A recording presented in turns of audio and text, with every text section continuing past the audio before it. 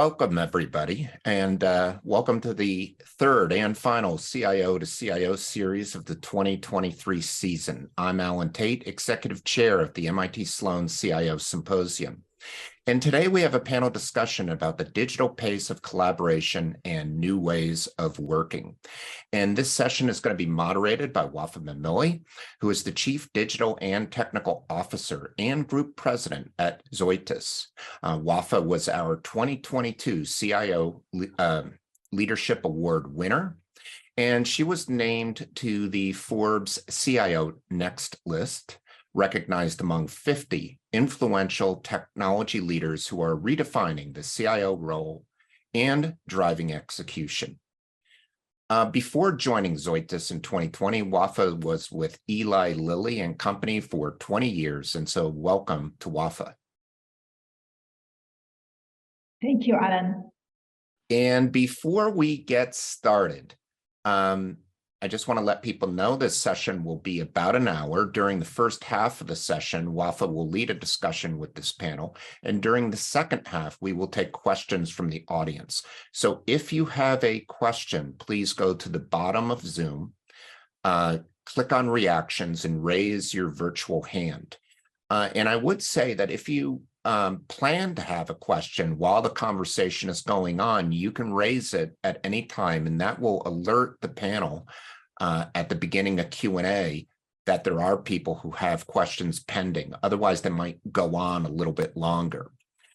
So when you do that, I'll call on people one by one, and Wafaa will direct the appropriate person on our panel to answer the question. So with that, Wafaa, I turn it over to you. Thank you, Alan, and thanks for the teams who helped us be ready to get this far.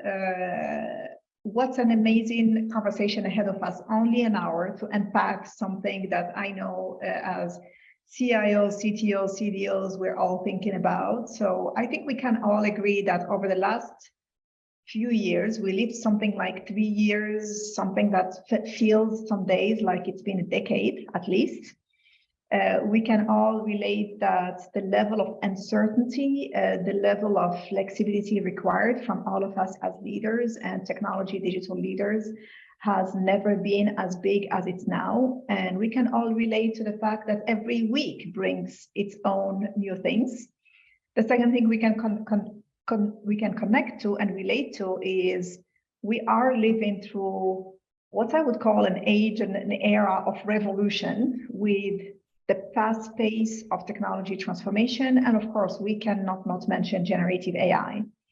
So it's my pleasure today to unpack some of these topics. So looking forward to your engagement. And it's my pleasure today to have two dear friends and amazing technology leaders and definitely thought leaders. I have with me on the panel today, Pertisth Mankotia.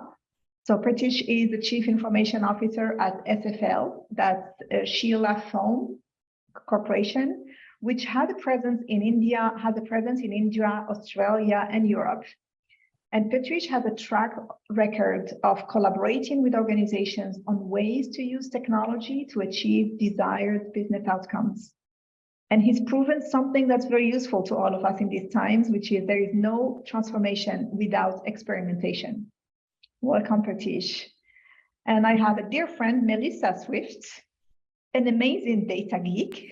She's a US transformation leader with the consulting firm Mercer, as well as an author of a book, a great book, Future of Work, and a Future of Work expert.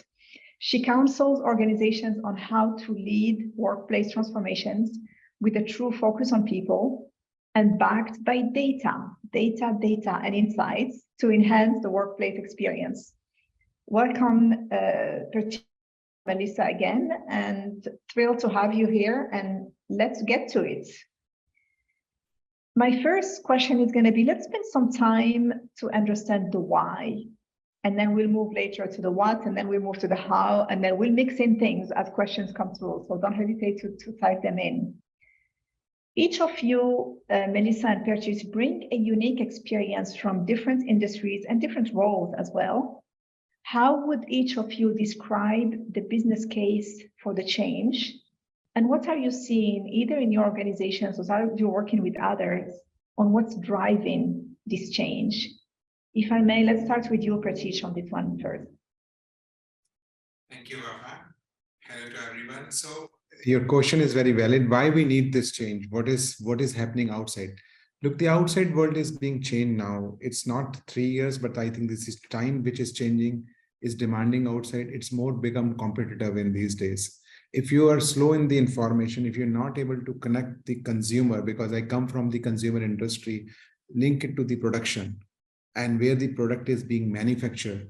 If he doesn't know what is he's going to manufacture and what the customer is going to use it, I think that's gap. You have to evolve that gap. That is the one area which it is required to connect two of the zones. One is the end user, another is who is making it. I think IT has enabled to that, because our product travel from one place to the another, how it is being transferred, how it is manufactured. So I think all those chain has to be linked. That is the one where because consumer is changing these days, they are more demanded.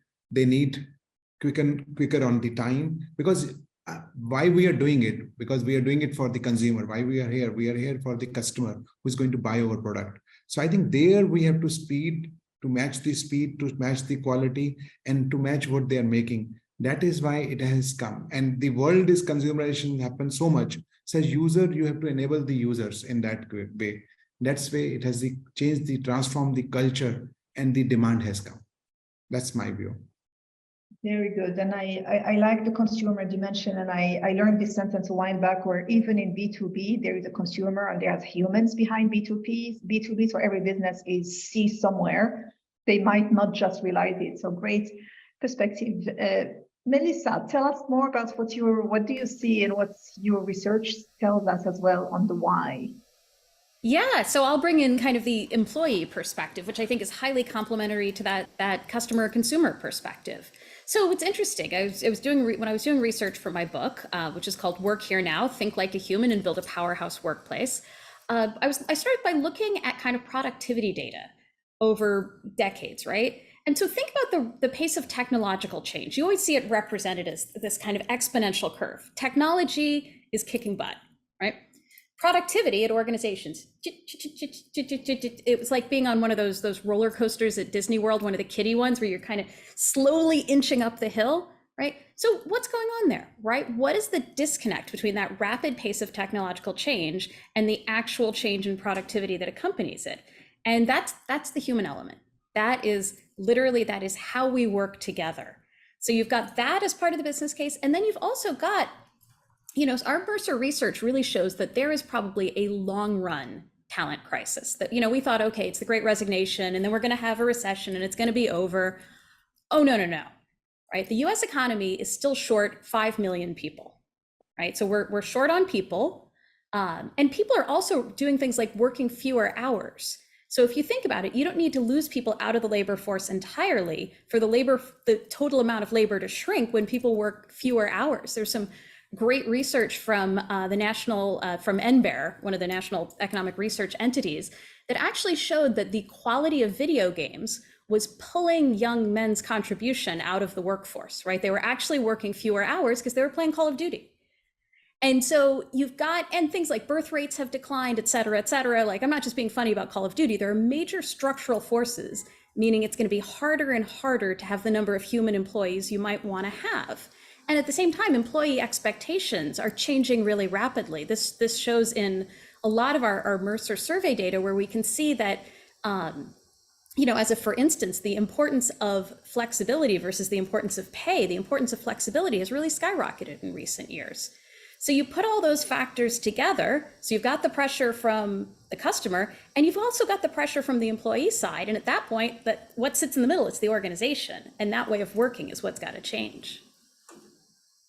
Love it. Yeah, span of attention and lots of things out there. So I love that perspective on the employee as well, and the employee experience.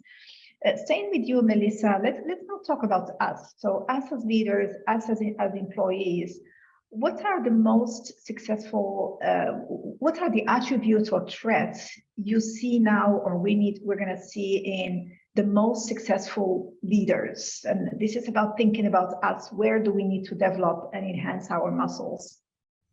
Yeah, so it's interesting. In some research we did over the last few years, we've connected thriving employees who are about 20% more productive, right? So employees that are in that sweet spot, they're experiencing well-being, they're experiencing flow at work. It's not just like they're sort of happy and singing kumbaya, it's things like their technological experience at work is smooth, right? Their teaming experience at work is smooth. So those guys are 20% more productive. And then what does the leadership look like that creates that? So it's a few things. It's what I think of as kind of ordinary leadership skills, things like feedback and listening, treating people with respect and dignity. There's been a lot of great research on when you are uncivil to people, they ruminate about it for days and days and days. And think about it, that takes away from productivity. If people are constantly thinking about the nasty thing their boss said to them a week ago, right? It has this very concrete impact. Concrete things like, and this is, I think, one of the big themes of this panel around empowerment. Does your boss actually let you make decisions? That contributes to employee thriving as well. And also just things like having balance around objectives and priorities.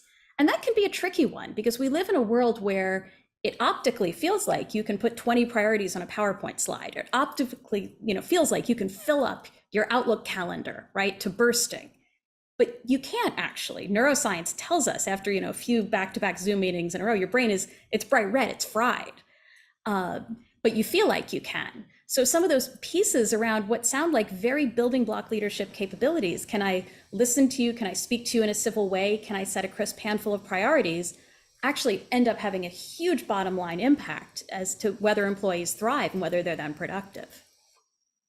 Not how you call that back to basics, Melissa, in your comments. And Pertisth, I know a passion of yours is to think and reflect on leadership style, leadership philosophy, I think is how you call that in our previous exchanges. So tell us, how does this changing and pace of change in this environment, how did this impact your own leadership style and philosophy? So I think one of the area which is the base for foundation for any leadership, I think, is the humility. How you treat your people, they will also treat your users. I think that's one area, whether you are in changing environment, whether you are in a stable environment, whether you are in transformation. One is the area fundamental principle we always see as the humility. And second, with the humility, we comes to the openness in the culture, and purely that comes with a flat organization. We had the heads are there for, then we decided that how we can engage user faster. If we have got 2-3 people and people will come to them, it is very tough. How we can do such a thing, make a flat organization, so more and more people can connect with the user, more and more people can understand the business. I think there we have come with a flat kind of the organization, especially in the IT structure. So more people have the more advantage. And the third area, I think the engagement of those people, the purpose why we are making a change. It's not that business user has come in and just started that it needs to be changed. I'm sorry, it just fell down. So it's the business user has come and just asked to make those changes. I think you should understand why, because in your question, you also asked that why you need a change.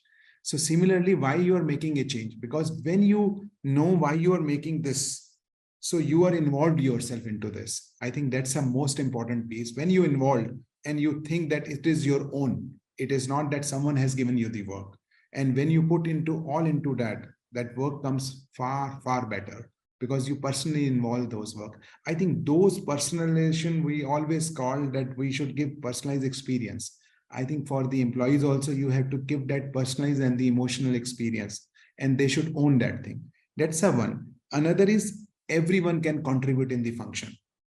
Leader has to see it, how he can bring and engage them. Everyone has capabilities. Someone have less, someone had higher. So you have to see right job to right people should be there. So I think another area which we have thought, you are an entrepreneur, right? You have to think like this. It's not that something has come to you. So they think they are the master of their field and they are going to do it. I think those are the fundamental principles we have just changed, and then people can do more and more, because your one person can do few things. If you have a team of people who are engaged and full of the energy, can do many things over there. I think it's more on the culture, more on the philosophy. It's not that it's task, something has to do it. That's it. Love it, excellence, and lots of common themes here: empowerment, flattening, positioning, humility, again back to basic, positioning, the employee at the center of the organization. I know, Melissa, you've done a lot of work on concepts like flattening the organization. I read in your book lots of data on governance, process engineering, architecture. So tell us a little bit more about what you see and what your research have shown you in ways of working, how one taps, what have you seen there, how one taps into what needs to happen for the new ways of working through the changes and the environment that we're working in now. Yeah, it's such an interesting question, because some of the most interesting organizational flattening isn't necessarily going on kind of on the org chart.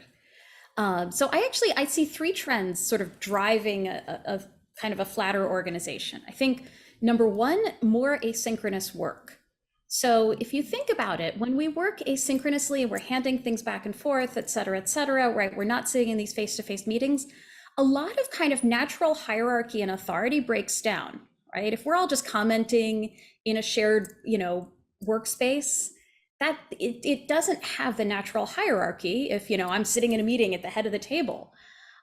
So it also creates greater flexibility around ways of working, which starts to break down some of the natural hierarchy too, and breaks down some of the kind of, historically in organizations, things like if you were not a working parent, that would accord you a certain amount of privilege, right? Because, you can be in the meetings all the time. We go to asynchronous work, right? Suddenly there's a great kind of leveling inequality because everyone can contribute when they can, that critical sort of time dimension. Deconstructed work is a second trend that also creates greater flattening. The idea that talent is less and less, kind of bound to a conventional job. And this in terms of things that create agility, right? This is a tremendous lever. That, can jobs be broken down and chunked back up? Things like, for instance, middle managers are super overloaded right now. And junior talent, especially those who joined the workforce during the pandemic, have really strong needs for mentoring and coaching that can often be overwhelming to their Gen X middle manager bosses who need to go pick up their kids, right? There's a natural squeeze there. So what we're seeing some organizations do is actually break off a bit of that mentoring piece, give it to workers approaching the retirement cliff, right? Who have a ton of domain knowledge, a ton of institutional knowledge, and have a blast mentoring that junior talent. And it takes the pressure off the middle managers. And it has this natural kind of flattening effect, but it also just has really kind of positive impacts when you pull jobs apart and you put them back together in better ways. And, I think it's a great strategy for roles that are in real talent crisis. Some of these roles like data scientists, where you're just chronically struggling to hire enough folks. Do you need more data management people and more analysts as opposed to the true high-end analytics talent, right? But also work deconstruction can be an everyday tool. It shouldn't be an arduous, heavy exercise. Every day we should be thinking about, can we break people's jobs apart and put them back together differently? And that creates a natural agility and a flattening, but it also just relieves some of these pressures. And then finally, the third trend that really drives flattening, and this is in some ways possibly the most powerful, is increased transparency. And if you think about it historically, Wafaa, if you were my boss historically, part of how you would be my boss is you would have more information than I would have, right? You know all the stuff. I don't know all the stuff. In a more systems enabled organization, those differentials get less and less and less and less, right? We can all see all the information. Pay transparency being a really interesting manifestation of that phenomenon right now. You get people reapplying for the jobs they already have because they saw the posted range was higher than what they made. And I think it's a great example of the positive and the negative impacts to be grappled with of organizational flattening, that in general, right, transparency is good. Being able to see more information is positive, but you have to be ready for the conversations that result. And if you're a manager who kind of grew up, sort of like your little war chest of information, and you're not used to having an honest conversation with somebody who found out a fact they didn't like, right? It's a really different state of the world. So that's the sort of the promise and the challenge for leaders. But those are kind of the three trends that I see really starting to flatten the organization. I really like, Melissa, the three ones, and I like especially the one around transparency and the impact it has on leaders and how leaders see their jobs. And I do remember a few years ago, in fact, when I was with Eli Lilly, we spent a lot of time at that time deploying team of teams concept with the General McChrystal. And one of the biggest aha I learned from that is, so he was in Afghanistan in a war, and at one time the US was not really in a war despite having the larger amounts of people and artillery. And he ended up having this concept of transparency, where there are daily calls of 6,000 people who are on the field, and they're sharing everything. And the book and the story of General McChrystal talks about how they became effective. And that concept was deployed, in fact, throughout Eli Lilly as a concept of how do you take the leaders along that journey. So it's something about what got us here will not get us there. As leaders, the new generation is going to be luckier because they don't have to unlearn anything. We have to unlearn a lot of things. Pertisth, any specific things you're doing in your organization, either your teams or your partners broader, in how do you take them through this change management curve, and either on the leadership skills or other skills? Any efforts you can share with us here on what have you seen work or not? So I will start from the flattening of the organization. What has happened when we do the flattening of the IT? We did the survey before that also. Okay, how our people are engaged, how is the relationship? What is the most important is the relationship of the people. When they have the relationship with the users, your works gets easier, your results are there, your systems are implemented.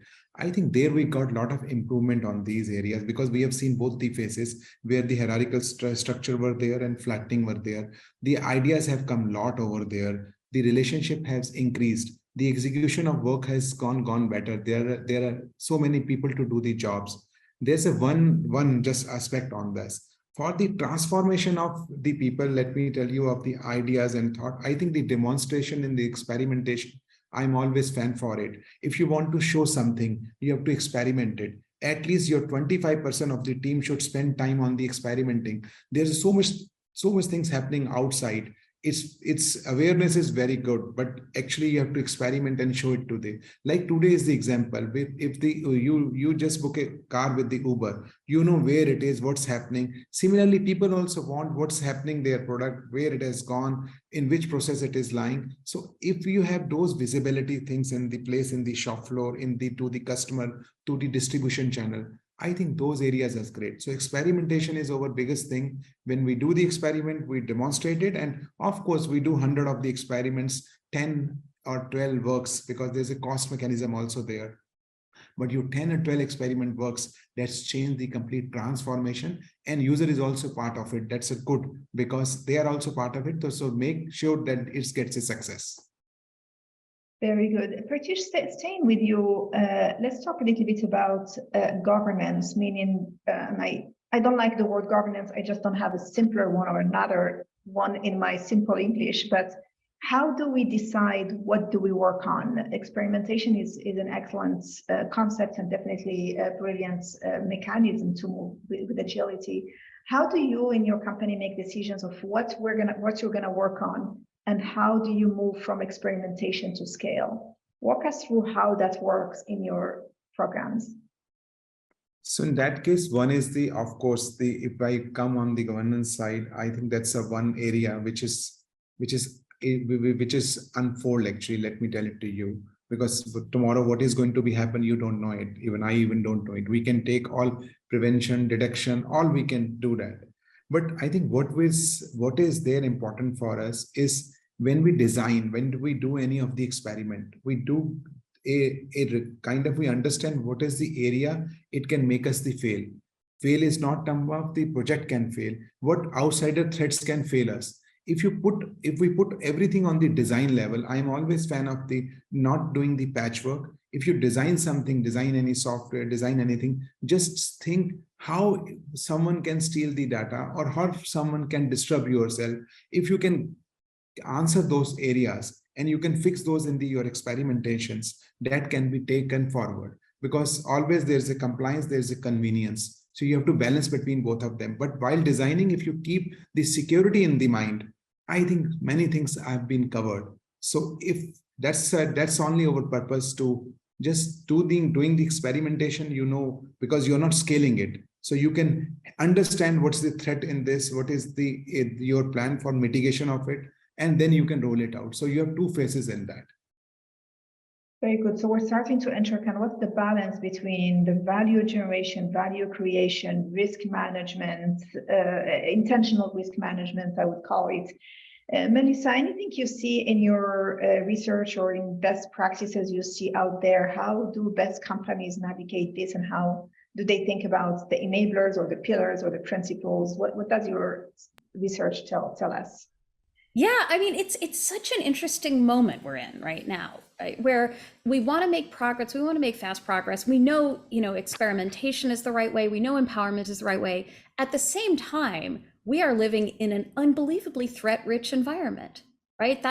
It's like experimentation's as good as it's ever been and threats as bad as it's ever been. So how do we reconcile those pieces? So it's interesting. When I was doing some interviews for my book around this question of how do we manage that balance, one theme that really came through is that organizations need to actually just kind of talk about it. I'm sorry to keep hitting the back to basics theme, but very rarely do we communicate at average employee level about why their experience of technology might be a certain way because of risk mitigation, right? So people understand, you get in a car, you understand why you're putting your seatbelt on, right? Like we pretty much, at this point in history, we pretty much all get that. But the equivalent in the technological realm, why do I have to do two-factor authentication? Why do I keep downloading updates? Your average employee a lot of times is just not spoken to about that. And so there's a layer of kind of, that just following up on some of the earlier themes of kind of that change management communication about, look, we kind of live in a scary world, and certain things are not going to be that unbelievable level of seamlessness that we might want or expect, and we'll get there in the future, right? Tech will, God willing, get there. But in the current moment, you're going to experience a little noise in the equation, and there's a really good reason why. It's kind of like if you work in a public company, you understand Sarbanes-Oxley, you understand why there are certain constraints, but we need to have the same conversation in the technological realm. And it literally means just having the conversation, just explaining why you're doing what you're doing. And then, really articulating the limits of empowerment, because sometimes the limits are further out than people think too. It's not always, okay, wrist slap, get back. Sometimes it may be, you can actually do more. But to that theme of transparency, making it really transparent, sort of go here, don't go here, and keeping that an evolving live dialogue, I think that's really powerful. I like the simplicity of it. I love getting to basics because it's almost comforting that, yeah, it's some of this is basics and really clear. And I definitely heard that in several of both of your comments. I like as well showing and explaining the limits of empowerment. Pertisth, do you have an example of how you do that, or how do you make sure that your teams can push the boundaries and push as much as needed, and how do you address places where they don't see that they can do more and there is more limit, there's more to their empowerment than they do realize? Any specific example you have there? And then I'll be back, Melissa, to you. Any other specific example? I think it's such a powerful aha moment for me in those comments. So I work differently. I don't work in a push.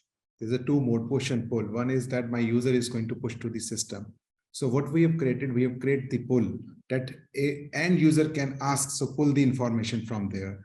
So how to pull that information? You have to make the interesting, you have to make the storytelling, what data he's going to look at, what you have to also simplify their way he wants to, because that's you are going to drive it, right? You are going to show it them, what you want to show them, how do you show them, and how you can make it simplified. I think there the empowerment comes from there. And when the engagement starts from the bottom, then it flows up to the top also. I think there we are, because there you get many users. In IT, we might have 100 people, but we have a user around 2,000 or 3,000.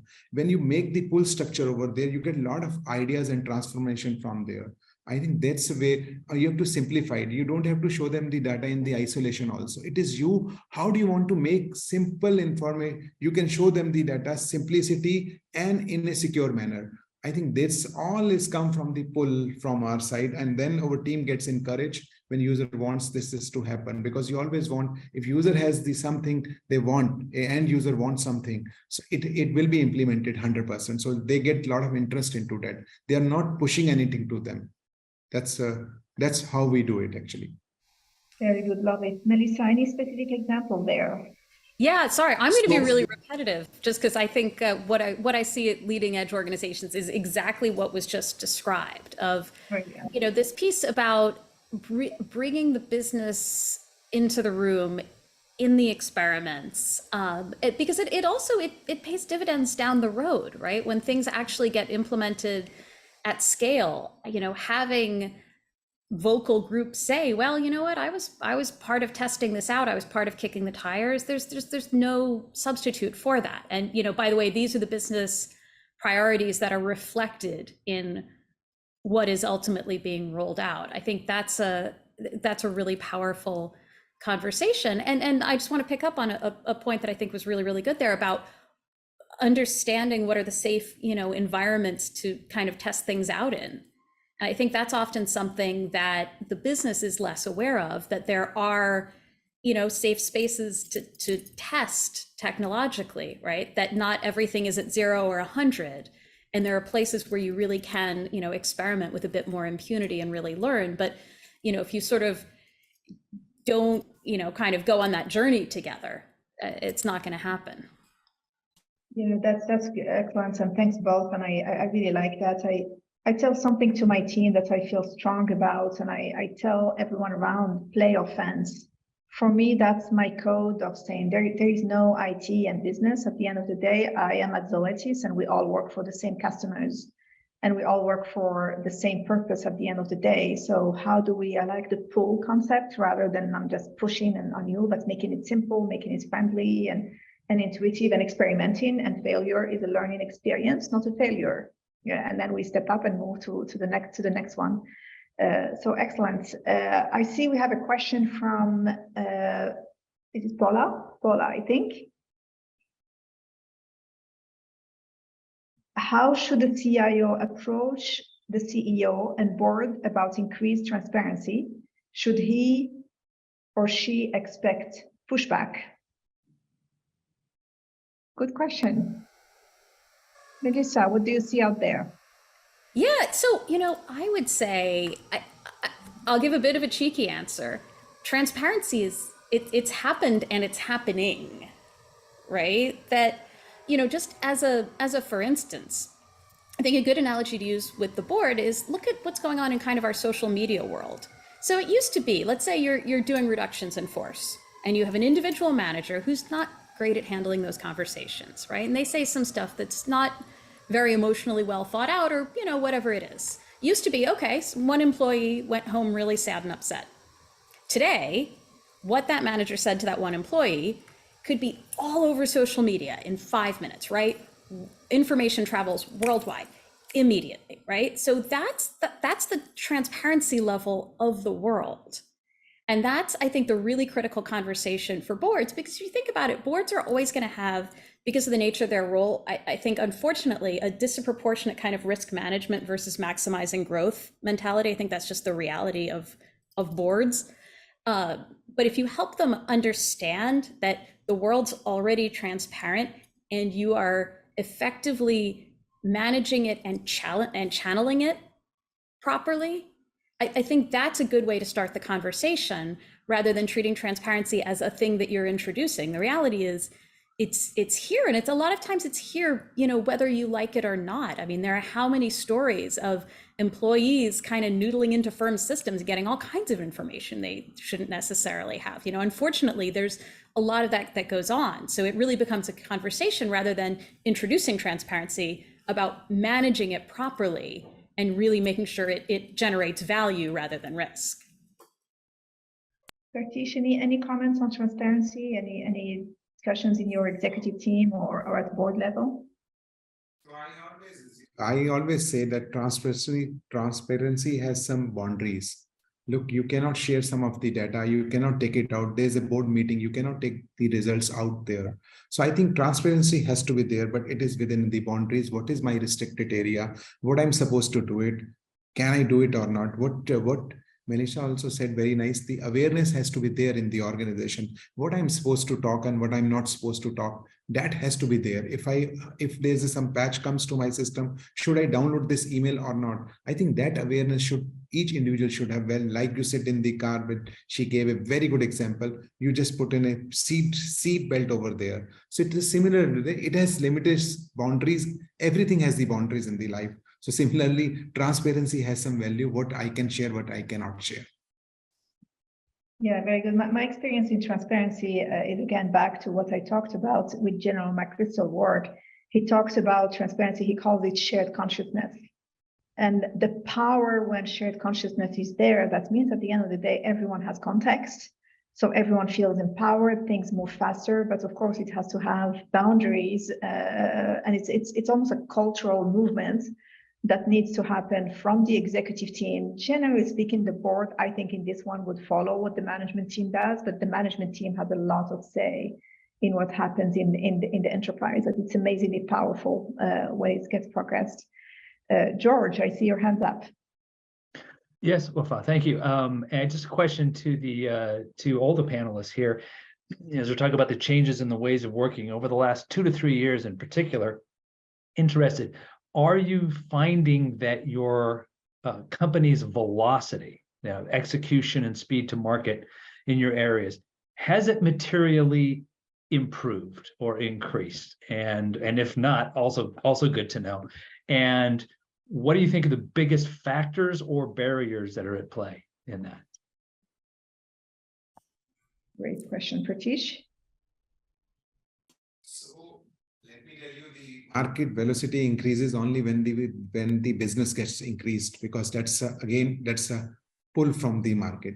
But I think what we have seen in last 3 years, the decision making is faster now. It is enabled to the lower level people. Its empowerment is happening. People are taking decision. Some way might go wrong also. I think that speed we have realized that's a one factor which I will very vouch for it. And that's a decision making has done is very, very faster in these days now. Is people are not holding it for someone like he will come and answer it or he is not available. I think that's where we have seen it, how it has happened. And once decision making is faster, of course, it helps to increase your velocity of the work also. Yeah, I would completely agree with that. I will introduce a blocking factor that I've seen, which is, and some of it has to do with more work becoming, remote or hybrid or distributed, et cetera, which is that organizations have also gotten very tempted to kind of fill their plate with activity. So in my book, I talk about the work anxiety monster, that little voice in your head that says, people are slow and they're lazy and you gotta do all the things, keep doing the stuff. So ironically, what slows us down as we make those decisions faster, what then slows us down is just an over-rotation on activity instead of outcomes. And that's what I see as the sort of what's inhibiting the speed of the better, kind of approach to decisions, is just that, kind of in the COVID era, we got very anxious about are people doing enough? Are we doing all the things? And we sort of never shook that off. And it's interesting because we've been doing sort of yearly surveys on burnout at Mercer, and burnout now is worse than it ever was during COVID. And my belief is that's why, because we just kept doing the things. And so there's this funny thing, if we could do less, we would get even more done, even faster. But that's what I see as the inhibiting factor on speed. Yeah, and it's such a good question, and Melissa and Pertisth, great perspective. For me at Zoetis, I saw the following happen. In the first few months of COVID, because we were focused, the goals we needed to achieve became much less, and they were very clear. And I work in animal health, so our business was doing really well, growing really fast, everyone adopting pets. I mean, it was booming. Almost less things to do than what maybe we have now. So in the first year or 2 years, our velocity became phenomenal. And we had to empower more people and we had to move faster. So there was an outstanding set of outcomes in the first year or two on what mattered the most, because that's all we focused on. So I learned my lesson of focus with that, because we did really, really well. And then during that period, we're growing as a business. So we hired a lot of people who haven't yet been really part of the culture. So now we're wrestling with, we call this thing empowered flexibilities. We don't want people to tell people 1 day, 2 days, 3 days a week, whatever. We're giving them empowered flexibility aligned to their work units, all that stuff. What does that mean? How do we make sure that the manager on the ground does that work with their team? So we're still wrestling with this one. But now it's back to Melissa's point. I feel like our plates are full, and I think sometimes our velocity now is lower than it was in the past. So for me, it's I've always known that less is more and focus matters.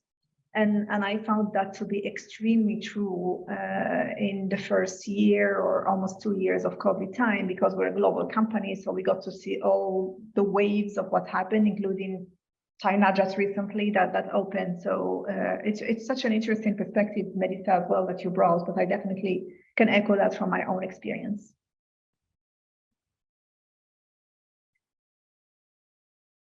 Robert. Yes, thank you. Question for Melissa. Is noise in the system causing people to quit? I think so. I mean, look, when we've looked at kind of what is driving sort of increased burnout and sort of diminished retention as a function of that, it really does fundamentally come down to ways of working. And to the extent that people feel like they are, so there's a couple of things, right? Work is today more intensified. We do more units of work per unit of time. Work is also greedier, right? It spills out more into the weekends, nights, et cetera, et cetera. And when people experience those phenomena in conjunction with a feeling that the activities they're performing don't necessarily contribute to the business purpose, I think that's like a labor powder keg, to be honest. Because if you think about what really, motivates people, it's a lot of times it's and there's a philosopher that articulated this in like the 17th century, right? But it's seeing the end results of your work is a major motivator, but also not working too much. So if you've got both of those things kind of going wrong, and you've got all the noise in the system, right? That's, it's not necessarily some fancy answer where there's 37 things, right? It's 2 or 3 things, and those are certainly 2 of them. But certainly in all the research we're doing in the client work we're seeing where people feel they are performing too many needless activities, that degrades the employee experience perhaps more than we've given it credit for historically.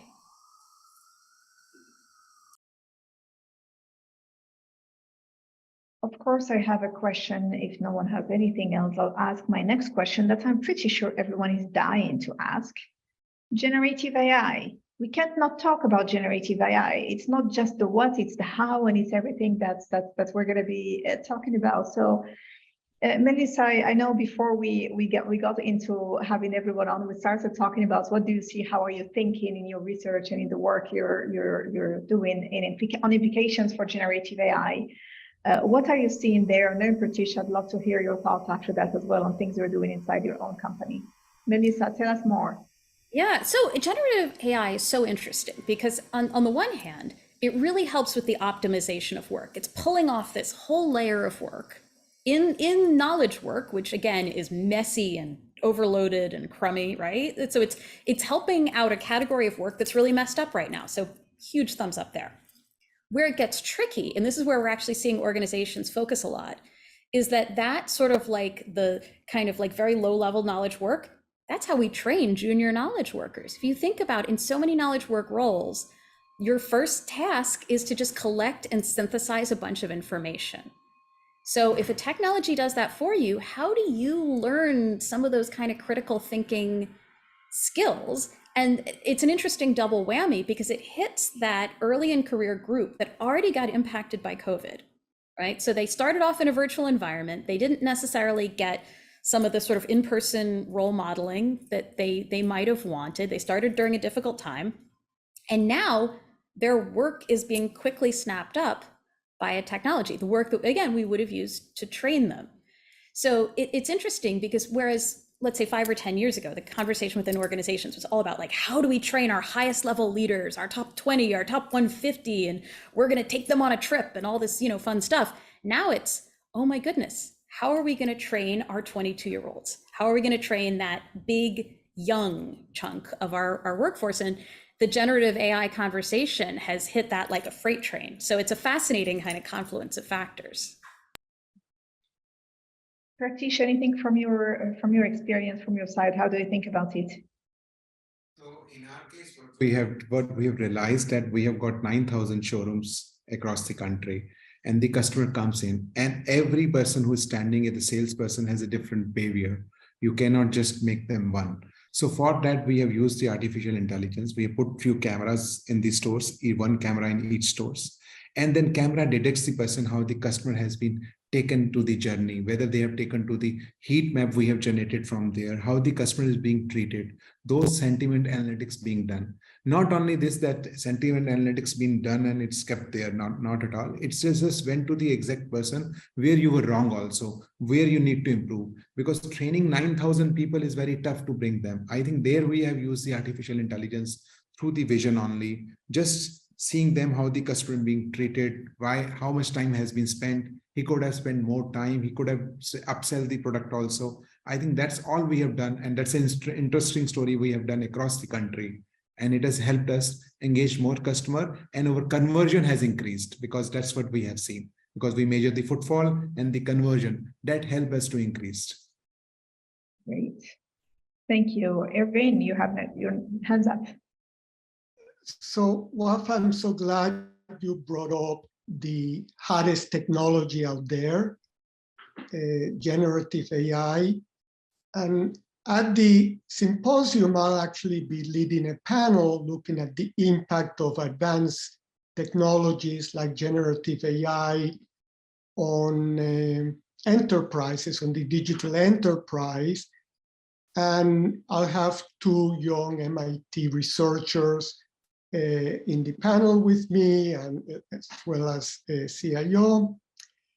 And we just finished, myself and the 2 young researchers, we just finished doing an interview. And the interviewer asked us, how do we deal with technologies like generative AI that are growing exponentially? And I thought about it, and I said, the technology itself, like generative AI, is going up exponentially. But if you look at its impact on business, its deploying in the marketplace, that generally doesn't go up exponentially. And that's true. That's been historically true of all transformative technologies, whether it's electricity, of the internet, the raw technology coming out of the labs goes like this, but the humans who have to swallow it and learn it and deploy it are humans. And, unless you think, well, this is a technology that takes over for humans, that none of us is saying, those humans have to swallow it, learn it, and then we'll figure it out. But that takes much longer. So it'd be interesting to know, Wafaa and Melissa and Pertisth, how you look at this question of the balance between the fast-growing technologies and the slower growing humans and society that have to embrace it. Yeah, I can jump in. Yeah. So I love this question because I often analogize our current moment in the information revolution as being very similar to sort of a moment in the Industrial Revolution. When, if you think about it, mobilizing early Industrial Revolution technology it was a hot mess, right? I mean, you would have stupid stuff like factories would catch on fire because there was too much sawdust on the floor. You know, it was incredibly messy, and you had, you know, that, to your point, that exponential technological growth, and what it was able to accomplish was, it just felt centuries behind what the technology could do. And so I take a lesson from that moment in the Industrial Revolution, is that what we did differently that actually got the productivity out of the technologies was we were more conscious and intentional. And by the way, this was a public and private thing, right? There's a lot of government help in here too. Lesson for today, about how workers and technology were meant to interact, right? So there's a reason why, if you, in the average factory today, you know, you don't risk getting your arm lopped off every time you walk in the door. We need a version of that, I think, with some of these information technologies. And I think that's the moment we're at, of kind of, we're leading into similar to, let's say, the early 20th century, when you had this real escalation in kind of both explicit worker protections, but also just thinking about how people in tech work together. I'm hopeful that that's the moment we're kind of on the cusp of, because I do see it as very, very analogous. I think we are in kind of these like messy, dangerous factories in certain ways. Yeah, such a powerful parallel. I think for me, Erwin, I see it, and again, remember, I live in animal health, so we have research, development, manufacturing. I think in some areas we are going to see an exponential impact, and in others it's going to be like others. And I'll give the very specific one where I think exponential impact is happening, in fact, because of the advances of generative AI and the technologies, the computing power. I'll give a very specific one on genetic research.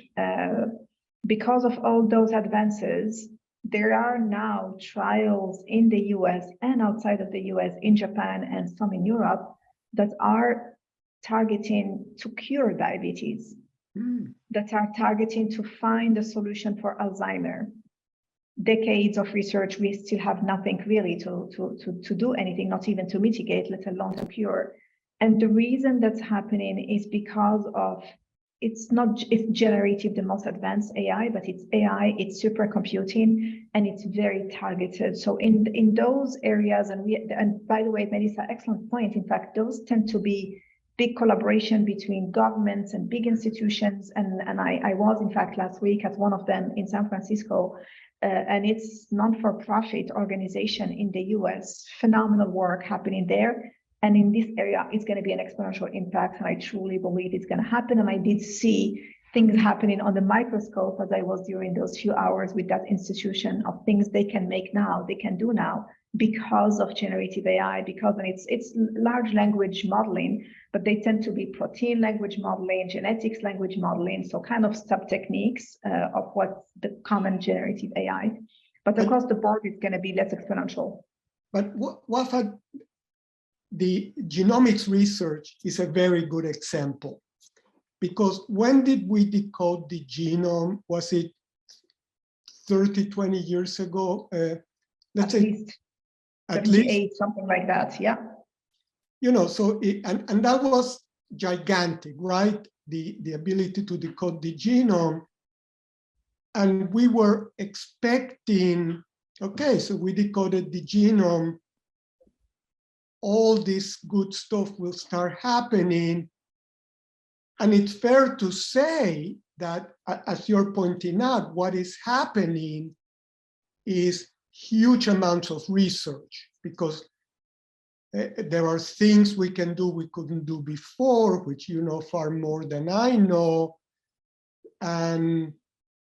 But the actual medicines, the actual treatments are taking quite a bit longer. I'm assuming, Wafaa, you still have to do trials, correct? So even if you have some new treatment for breast cancer that's supposed to be superb, you have to do trials and so on. So that's part of what goes through my mind. So the technologies are there, and the genome, you know, we're all excited about generative AI today.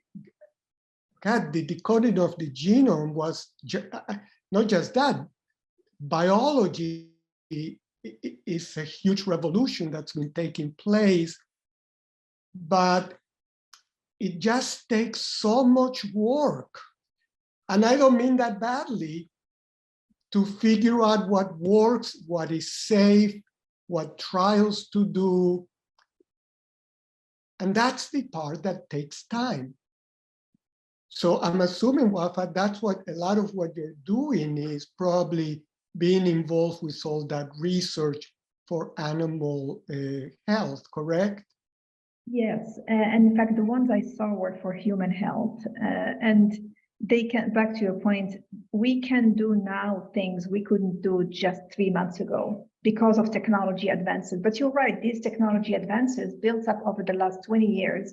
Now we can do not just the sequences itself, but we can do gene editing, we can do gene reprogramming. There are 3 techniques that can happen on the genetics that we just couldn't do just 3 months ago because of the advances. But we need the FDA to come along. That's where the partnership with regulators and we need a lot of things that are happening, in fact, that are happening more than they were just a year ago because of advances. And by the way, there is another thing that I saw in this article. We have the ability to target very specific diseases, but especially if it's a disease that's rare, the costs are enormous. And there is that engineering aspect that if something costs too much, it's very hard to get it to market. And by too much, I mean, there are things where the treatment may be $1 million a year or something like that. I don't know about for animal health, but for sure for human health. And technologies that really make it is because over time their costs have gone way down. So I'm just adding those things to put some cold water on exponential growth, because it's great to have the advance, but then the deployment, history shows, as Melissa said, just takes time. Yes. George, I see your hand up. I want to make sure I get to you as well. Oh, sure. Thanks. I know we're running down to the last couple of minutes. So if there is time, I'd certainly love to hear some thoughts on a theme that has come up repeatedly. Folks, many of you have mentioned the vital importance of experimentation. And I think we all know from firsthand experience that it's really easy to say and really hard to do. Somebody once told me, they said, yeah, we said it's okay to fail until we do. So I would be interested in kind of hearing if you guys kind of have like a one sentence bullet or something about what do you think in your circumstances has worked best at shifting to a culture of experimentation and sort of embracing failure as a path to victory as opposed to a path to career exile. Pertisth, I know it's a passion of yours. Go for it. What even Ivan said also, the technology has its own pace, right? And the organization has its own speed, and people culture has its own speed. You cannot match all of them. I think small trials is important, and you have to create those need also, because today we have got so much technology. I always say technology has a life like a banana.